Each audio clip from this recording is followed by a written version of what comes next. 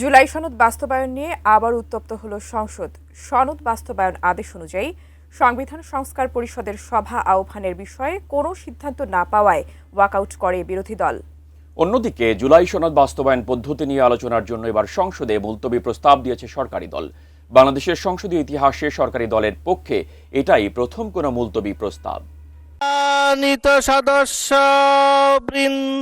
জুলাই জাতীয় সনদের আলোকে গণভোট আদেশ বাস্তবায়নের দাবিতে বিপরীতমুখী অবস্থানে সরকারি এবং বিরোধী দল। শুরু থেকেই এ নিয়ে বিতর্কে জড়িয়েছেন তারা।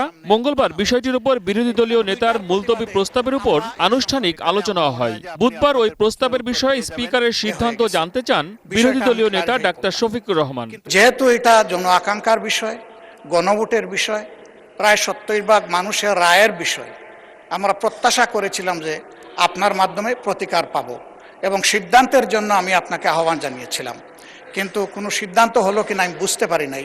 এই বিষয়টা আপনার কাছ থেকে আমি স্পষ্ট জানতে চাই। বিষয়টি নিয়ে বিরোধী দলের আরো কোনো বক্তব্য থাকলে পরবর্তী সময়ে তাদের সে সুযোগ দেওয়ার কথা জানান স্পিকার। এ সংক্রান্ত আরেকটি মুলতবি প্রস্তাব সংসদে ওঠার কথাও জানান তিনি। তবে সংবিধান সংস্কার পরিষদের সভা সংক্রান্ত বিষয়ে স্পিকার কোনো সিদ্ধান্ত না দেয়ায় ওয়াকআউট করেন বিরোধী দল। আমরা প্রতিকার যে পেলাম না, এটা আমরা না, এটা দেশবাসীর তাদের রায়ের প্রতিফলন হলো না, মূল্যায়ন হলো না।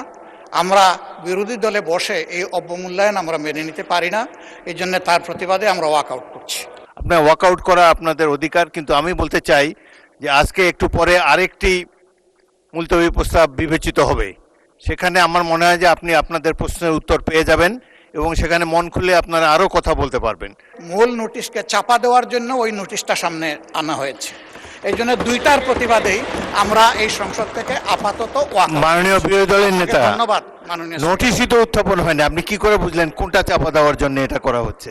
সংশ্লিষ্ট সদস্য এটা পড়েছেন, আমরা শুনেছি।